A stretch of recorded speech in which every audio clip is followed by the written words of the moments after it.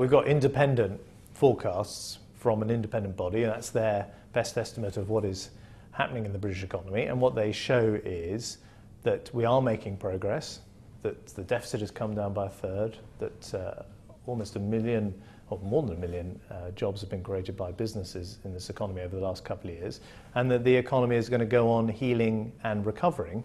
But I think people know it's a tough economic situation out there. They only have to watch the news bulletins. They can see what's happening in Cyprus and elsewhere, and they know that, of course, a difficult situation could be very much worse if we don't go on taking difficult decisions. Well, I would say the answer to a debt crisis is not to go out there and deliberately borrow a huge amount more, and people understand that. And pushing Britain back into a situation where it has double-digit deficits, I think would really risk high interest rates, which would be disastrous for families with mortgages, disastrous for small businesses. We're taking the opposite path, which is having sound public finances that enable us to keep our interest rates low through our independent Bank of England, and doing everything we can to help people who want to work hard and get on, buy their own home, save for their retirement, work that little bit longer, but also get, of course, more money tax-free, help with childcare, help, in other words, all those who aspire to something better in life. Look, we are not returning to the days of Northern Rock 125% mortgages.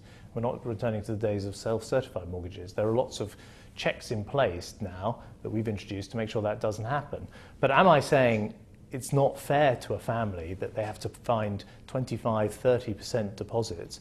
Absolutely. That's something that's gone wrong in our mortgage market. I'm intervening, and I think it's the right thing to do, not only to help those families get their first home or help them get a bigger home if they've got a bigger family, but actually also to help those homes be built in the first place through people working on building sites. And that's the kind of intervention you want to see at a time like this. I've taken incredibly difficult decisions to make sure that government departments live within their budgets, and make sure the government departments don't do what I suspect most people watching this know they do, because they see it in their own communities, which is splurge money in the last couple of months of the financial year, in the last 2 months just before the end of the year. That's not a sensible way to manage the public finances. And I remember all the time that it's not my money or the government's money, it's your money, it's the taxpayers' money, and it's got to be properly managed. And I make no apology for reducing spending in order to reduce borrowing.